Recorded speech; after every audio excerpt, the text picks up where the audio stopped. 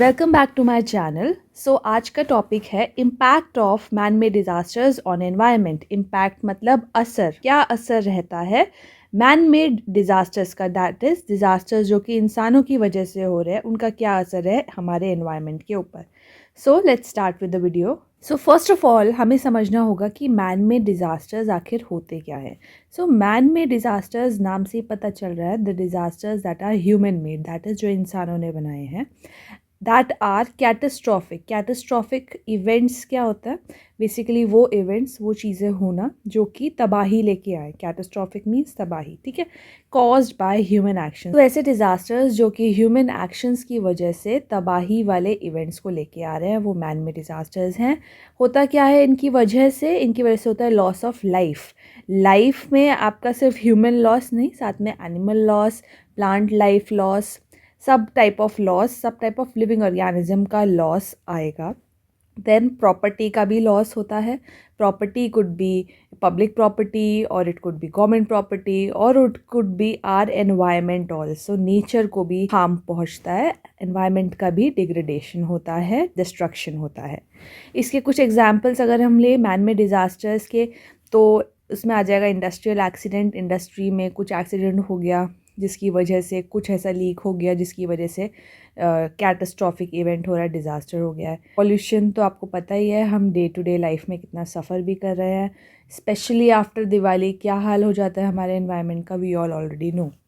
सो pollution भी एक man made disaster है। डिफॉरेस्टेशन, वॉर, ये सब कुछ एग्जाम्पल्स हैं जो कि ह्यूमन बींग्स कर रहे हैं, जिनकी वजह से एनवायरनमेंट पे ब्रूटल इफ़ेक्ट आ रहा है। नेक्स्ट टॉपिक हमारा आ जाता है types of man made disasters. इसमें हम 6 टाइप्स पढ़ने वाले हैं। The first type is going to be industrial and technological disaster.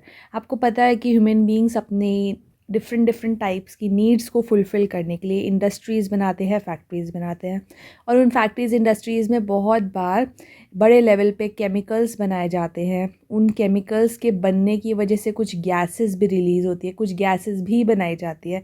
तो वो गैस अगर कभी लीक कर जाए या फिर जो केमिकल से आपस में रिएक्ट करके एक्सप्लोजन कॉज कर दे, वो केमिकल या फिर स्पिल लीक हो जाए, किसी तरीके से बाहर आ जाए, तो उसकी वजह से डिज़ास्टर होगा।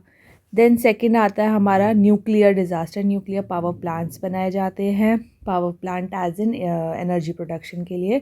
तो वहाँ पे रेडियो एक्टिव एलिमेंट्स यूज़ किए जाते हैं। रेडियो एक्टिव एलिमेंट्स अगर डायरेक्टली ह्यूमन बींग से कांटेक्ट में आ जाए तो they can be very dangerous, तो उनसे कंटामिनेशन होने के चांसेस होता है। तो एक ये न्यूक्लियर डिज़ास्टर टाइप है।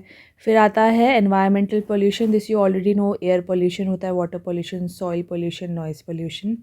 Then comes deforestation and land degradation, loss of forest. बचपन से हम पढ़ते आ रहे हैं अबाउट डिफॉरेस्टेशन। फॉरेस्ट कट करके वहाँ पे रोड्स बनाए जा रहे हैं, वहाँ पे फैक्ट्रीज बनाई जा रही है, वहाँ पे रेजिडेंशियल एरियाज़ बनाए जा रहे हैं फॉर अर्बनाइजेशन प्रोसेस, एग्रीकल्चर भी करने के लिए, इंडस्ट्रीज़ बनाने के लिए। फॉरेस्ट लॉस होने की वजह से वहाँ पे जो एनिमल्स रह रहे हैं उनकी हैबिटेट लॉस हो रहा है, उन पे इफेक्ट पड़ रहा है। देन ट्रांसपोर्टेशन एक्सीडेंट्स, बहुत बार बहुत सामान इधर से उधर ले जाने के टाइम पे स्पिल हो जाता है, जैसे कि हम सबसे कॉमनली देखते हैं ऑयल स्पिल्स। जब शिप्स में, टैंकर्स में लोड करके ऑयल लेके जा रहा होता है और कुछ मिस हैपनिंग एक्सीडेंट की वजह से वो ऑयल स्पिल हो जाता है, तो वो पूरे ओशन या सी में फैल जाता है। ट्रेन डिरेलमेंट्स, ट्रेन में सामान ले जा रहे हैं एंड वो रेल जो पटरी है उससे अलग हो जाए, तो उस टाइम पे भी देयर कैन बी प्रॉब्लम। अगर उस ट्रेन में जो कैरी करके सामान ले जा रहे हैं it is harmful for the environment, तो आसपास के एरियाज़ में वो हार्मफुल सब्सटेंस फैल जाएगा, सॉइल में चला जाएगा and all of that. Then war and conflict. War के टाइम पे कैसे बॉम्ब्स फेंके जाते हैं, एक्सप्लोजन्स किए जाते हैं, जिसकी वजह से जो नेचुरल इकोसिस्टम्स हैं वो डिस्ट्रक्ट होता है। लैंड का कंटामिनेशन, लैंड ख़राब होती है, वहाँ की सॉइल ख़राब होती है या आसपास के एरिया में। तो ये कुछ टाइप्स है मैन मेड डिज़ास्टर के। अब अगर एग्जाम में क्वेश्चन आता है कि क्या इफेक्ट रहता है मैन मेड एक्टिविटीज़ का on the environment, man made disasters का, तो अगर आप ये 3 केस स्टडीज़ लिख के आएंगे एज एग्जाम्पल तो डेफिनेटली आपको फुल मार्क्स मिलेंगे। First is Bhopal gas tragedy, next is Chernobyl nuclear disaster and last one is Exxon Valdez oil spill. ये 3 ऐसे नेचुरल डिज़ास्टर्स थे जो कि ह्यूमन की वजह से हुए थे, जिसमें इम्पैक्ट एनवायरनमेंट पे बहुत ज़्यादा पड़ा था। इसके बारे में भी मैं नेक्स्ट फ्यू स्लाइड्स में बहुत शॉर्ट में समझाने वाली हूँ, बस स्टोरी की तरह एक बार सुन लेना और अपने बैक ऑफ द माइंड में रखना, ताकि अगर ये क्वेश्चन आ जाता है एग्ज़ाम में तो आप थोड़ा बहुत इसके बारे में लिख दो ताकि आपको एक्स्ट्रा मार्क्स मिल जाए। तो first one is your Bhopal gas tragedy. You don't have to remember the year. ये दिसंबर 2 और 3 दैट मीन्स 2 की रात और 3 की सुबह को ये एक्सीडेंट हुआ था। बेसिकली हुआ कहाँ था, भोपाल में हुआ था, नाम से पता चल रहा है मध्य प्रदेश में। हुआ क्या था इसमें कि एक गैस होती है methyl isocyanate which is a very toxic very poisonous gas, वो बनाई जा रही थी या यूज़ हो रही थी union carbide pesticide plant. Pesticides वो जो केमिकल्स होते हैं जो कि एग्रीकल्चर में यूज़ किए जाते हैं पेस्ट इंसेक्ट को किल करने के लिए, ऐसा एक प्लांट था। उसमें ये यूज़ की जा रही थी गैस, और ये गैस बहुत पॉइजनस थी। इसका लीकेज हो गया था, लीक होके आसपास के एरिया में हो गई थी। तो उससे हुआ क्या, एनवायरनमेंट में क्या इफ़ेक्ट पड़ा, immediate death of over 3000 people. Instant death हो गई थी। आसपास के जो लोग थे उन्होंने इनहेल किया, बेसिकली अंदर लिया, और उनके स्किन के कांटेक्ट में आई ये गैस। और ऐसा नहीं कि सिर्फ 3000, उसके बाद बहुत सारे और thousands of people later also died, जो कि धीरे धीरे उस गैस के कांटेक्ट में आए। और वो मरे किस रीज़न से, लॉन्ग टर्म उनको हेल्थ प्रॉब्लम्स हो गई, लाइक उनको कैंसर हो गया। इस गैस ने जाके उनका जो डीएनए है, डीएनए के स्ट्रक्चर को अल्टर किया, उसमें कैंसर कॉज किया, ब्लाइंडनेस हुआ, रेस्पिरेशन से रिलेटेड, सांस लेने से, लंग से रिलेटेड इश्यूज़ हुए, लॉन्ग टर्म हेल्थ प्रॉब्लम्स की वजह से डेथ हुई। देन जो आसपास की सॉइल था और सॉइल के नीचे जो ग्राउंड वाटर था वो भी कंटामिनेट हुआ, वो भी ख़राब हुआ। और ये डिकेड्स तक, सालों तक ऐसा होता रहा, जिसकी वजह से लोग जो है वो कंटिन्यूसली बीमार रहते रहे, जो उस ग्राउंड वाटर का यूज़ करते रहे, जो उस सॉइल का यूज़ करके प्लांट्स उगते रहे।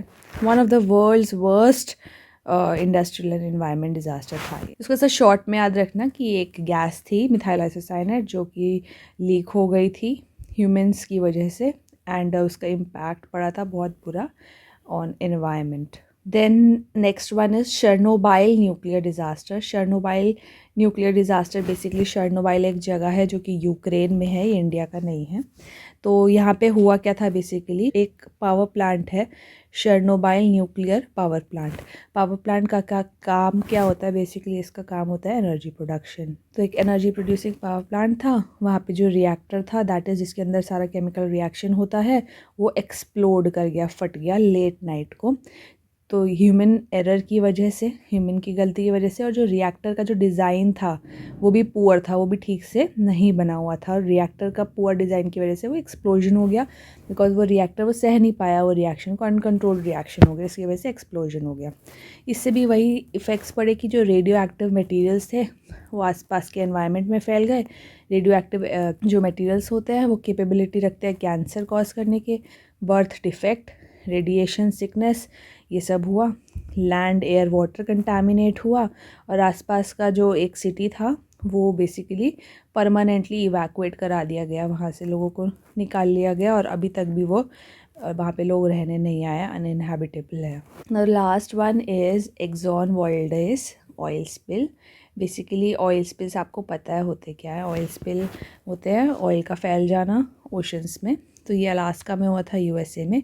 एक टैंकर कंपनी थी एक्सॉन वाल्डेस, जो कि एक रीफ से, कोरल रीफ सुना है ना आप लोगों ने, कोरल रीफ जो अंडरग्राउंड मिलते हैं, अंडर वाटर मिलते हैं, अंडर सी मिलते हैं, ओशन मिलते हैं। तो वहाँ से जाके ये टकरा गया था उससे, तो जिसकी वजह से जो ये ऑयल कैरी कर रहा था वो सारे के सारे सी में फैल गया था, स्पिल हो गया था। तो इससे हुआ क्या था, और देखिए अमाउंट देखिए, 11 million gallons of crude oil. तो आप सोच सकते हैं कितने मैसिव स्केल पे ये डिज़ास्टर हुआ था, जिसकी वजह से फ़िश और वहाँ के जो बहुत सारे एक्वाटिक एनिमल्स हैं, प्लांट्स हैं, उन पे इफ़ेक्ट पड़ा, they died due to that. Long term pollution of water, बहुत लंबे टाइम तक ऑयल स्पिल हुआ है तो उस पानी को साफ़ करना इतना आसान तो है नहीं, तो बहुत लंबे टाइम तक पोल्यूशन रहा था।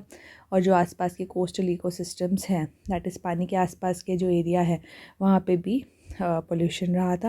वहाँ की जो फिशरी होती थी, फिशिंग एक्टिविटीज़ जो होती थी, वो रुक गई थी, बहुत बुरी तरह इफ़ेक्ट हुई थी, जिससे लोगों के जो लाइवलीहुड है, दैट इज़ अर्न करने के जो सोर्सेज है, तरीके हैं, वो बहुत बुरी तरह इफ़ेक्ट हो गए थे। Now we are going to study the impact of environment.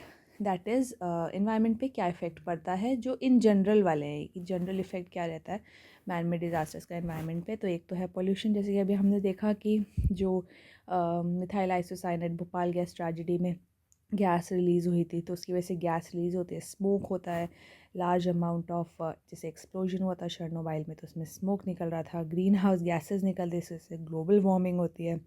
और ग्लोबल वार्मिंग है, गंदी गैसेस एनवायरनमेंट में निकल रही है, like sulphur dioxide, nitrogen oxide and all of that. तो उसकी वजह से जो एनवायरनमेंट है उस पर डैमेज होता है, एसिड रेन होती है, क्रॉप सॉइल एक्वाटिक लाइफ सब पे डैमेज होता है। इसे आपको पता है, जैसे some general points. Then water pollution होता है, जैसे कि अभी हमने देखा ऑयल स्पिल के केस में, जो रिवर सीज ग्राउंड वाटर है ये सब इफ़ेक्ट हो जाता है ऑयल स्पिल की वजह से। जो वहाँ की इकोसिस्टम है, इकोसिस्टम दैट इज़ जो प्लांट्स और एनिमल्स है वो भी इफ़ेक्ट होते हैं।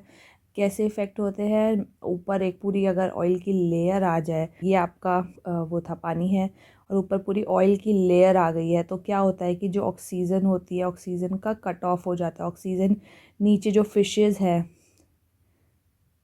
जो प्लांट्स हैं, उनके कांटेक्ट में नहीं आ पाई, तो इनको ऑक्सीजन नहीं मिलेगी, तो they are going to eventually die off, है ना। Shortage of clean drinking water मिलने में प्रॉब्लम हुई थी। ये सब कुछ इम्पैक्ट हैं। टोटल इम्पैक्ट्स हम पढ़ने वाले 6 impacts. Third one is soil degradation, soil पे भी इफ़ेक्ट पड़ता है, जैसे कि अभी हमने पीछे भी देखा था कि भोपाल गैस ट्रेजेडी में किस पे इफ़ेक्ट हो रहा था, soil and ground water contamination हो रहा था।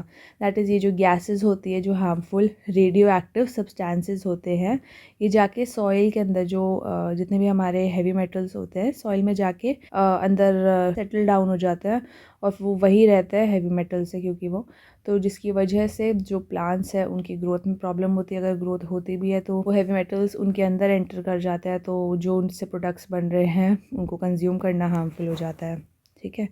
And desertification, erosion. डेजर्टिफिकेशन मतलब जो पहले कभी फर्टाइल सॉइल रही होगी, दैट इज़ जो उपजाऊ सॉइल रही होगी, अब वो ऐसी सॉइल बन गई है जिसमें कोई प्लांट उग नहीं रहा है, तो उग नहीं रहा है, तो वो it's like a desert only for us, ठीक है। Then loss of biodiversity, obviously habitat destruction, जैसे हमने स्टार्टिंग में पढ़ा था about deforestation, which is also a man made activity, जिसकी वजह से डिजास्टर्स होते हैं। तो हैबिटेट डिस्ट्रक्शन करता है, फॉरेस्ट कट कर रहा है जहाँ पे different different variety of animals रह रहे थे, तो फॉरेस्ट ही चला गया, तो ये कहाँ रहेंगे, और ये अगर नहीं रहेंगे तो फिर क्या होगा, अब इनका एक्सटिंक्शन ही होगा। जब फूड चेन वगैरह होती है, जैसे कि हम पढ़ते हैं कि प्लांट्स को खाया एक हर्बीवोर ने, हर्बीवोर को खाया एक कार्निवोर ने, तो अगर हर्बीवोर सारे मर जाएंगे, हर्बीवोर पर जगह नहीं बची, कहाँ जाए वो, हर्बीवोर के सारे वहाँ से चले गए, तो कार्निवोर अब क्या खाएंगे, ठीक है। और प्लांट्स की पॉपुलेशन बढ़ जाएगी। तो बेसिकली जो पूरा फूड चेन है वो डिसरप्ट हो जाता है, और इसकी वजह से सारे स्पीशीज़ पे इफेक्ट पड़ता है, बिकॉज फॉरेस्ट में एक फूड चेन तो चल रही, पूरा वेब रहता है, फूड वेब रहता है, तो सब पे इम्पैक्ट पड़ता है। Then climate change, burning of fossil fuels burn करते हैं, कोल एंड पेट्रोलियम बर्न करते हैं, तो उससे बहुत ज़्यादा कार्बन और उसके प्रोडक्ट्स का एमिशन रहता है, जिससे कि ग्लोबल वार्मिंग होती है, जिसकी वजह से टेम्परेचर जो हमें पता है बढ़ रहा है, जिसकी वजह से ग्लेशियर्स मेल्ट कर रहे हैं, सी लेवल बढ़ रहा है ग्लेशियर मेल्ट होने की वजह से, सब प्रॉब्लम की चीज़ें हमारे लिए। Then human health hazard, toxic substance, radioactive substance, heavy metals जब रिलीज़ हो जाते हैं उनकी वजह से कैंसर, रेस्पिरेटरी इश्यूज़ होते हैं। अभी हमने पीछे अगेन भोपाल गैस ट्रेजेडी में देखा था। साइकोलॉजिकल दिमाग पे भी इफ़ेक्ट पड़ता है ये सब चीज़ों की वजह से। Then measures to reduce the impact, अब हम कर क्या सकते हैं इसको कम करने के लिए, एनवायरनमेंट के लॉज बनाए जाए जो कि बहुत स्ट्रिक्ट रखे जाए, और उनका इन्फोर्समेंट भी किया जाए, इन्फोर्स किया जाए। Sustainable industrial practices, sustainable future के बारे में सोच कर ही हमको जो इंडस्ट्रीज़ में हम सामान बना रहे हैं, चीज़ें बना रहे हैं, वो बनानी चाहिए। ये नहीं कि बिल्कुल सेल्फिशली अभी हम यूज़ करे जा रहे हैं और एनवायरनमेंट पे क्या इफेक्ट पड़ रहा है उससे हमें कोई लेना देना नहीं। दैन एजुकेशन दी जानी चाहिए, स्कूल्स में भी, कॉलेजेस में भी, एट एवरी लेवल, और अवेयरनेस बढ़ाई जानी चाहिए। डिज़ास्टर मैनेजमेंट प्लानिंग, अब डिज़ास्टर्स हो तो जाते हैं, उनको मैनेज कैसे किया जाए उसकी पहले से ही प्लानिंग करके रखनी चाहिए, कि अगर ये हुआ तो ये करेंगे, ताकि जो डिज़ास्टर का इफ़ेक्ट है वो मिनिमाइज़ कर दिया जा सके। देन जितना हो सके रीन्यूएबल एनर्जी रिसोर्सेज पे स्विच करें, rather than using coal and petroleum, we should be using those resources that are renewable, like solar energy, water, hydro energy, geothermal energy, ये सब यूज़ करना चाहिए, जिसका इफ़ेक्ट एनवायरनमेंट पे कम रहता है। एंड पॉल्यूशन कंट्रोल करना चाहिए, रिसाइकलिंग पे जोर देना चाहिए। लास्टली, क्योंकि हम लोग बीएड पढ़ रहे हैं तो हमको रोल ऑफ टीचर तो समझना ही पड़ेगा। तो इसमें टीचर का ये रोल है कि वो स्टूडेंट्स को एजुकेट करेगा, उनको नॉलेज प्रोवाइड करेगा अबाउट डिज़ास्टर प्रिपेयर्डनेस, कि अगर इन केस कोई भी डिज़ास्टर होता है तो what you should be doing at that time, क्या हमारे प्रिकॉशंस होने चाहिए, प्रिपरेटरी मेथड्स होने चाहिए। उनको एनवायरनमेंट प्रोटेक्शन वैल्यूज़ बच्चों में इनकलकेट करनी चाहिए कि कैसे एनवायरनमेंट हमारे लिए बहुत ज़्यादा ज़रूरी है एंड उसको हम कैसे प्रमोट कर सकते हैं, उसमें उसका प्रोटेक्शन करना। इसीलिए बीएड में भी ये एक पूरा यूनिट दिया गया है एनवायरनमेंट के ऊपर, ताकि जो फ्यूचर टीचर्स है वो फ्यूचर में बच्चों को जाके जब पढ़ाए तो उनका भी वो माइंडसेट रहे। Encourage community participation and conservation efforts. ऐसा नहीं है कि सिर्फ टीचर्स ने आपको पढ़ा दिया, आप जाके अपनी कम्युनिटी को सिखाइए, तो एक चेन रिएक्शन की तरह सब में फैलेगा, तो it will be beneficial for all of us, not just for us but also for the environment. So this was all for this video. I hope आप लोगों को ये वीडियो नॉलेजेबल लगा होगा। अगर लगा है तो प्लीज़ लाइक, शेयर और कमेंट करिएगा। अगर कोई प्रॉब्लम है तो कमेंट करिएगा, अपने फ्रेंड्स के साथ शेयर करिएगा ताकि उनको भी हेल्प मिल सके नोट्स बनाने में। So this was all for now. See you in the next video. Thank you so much. Bye bye.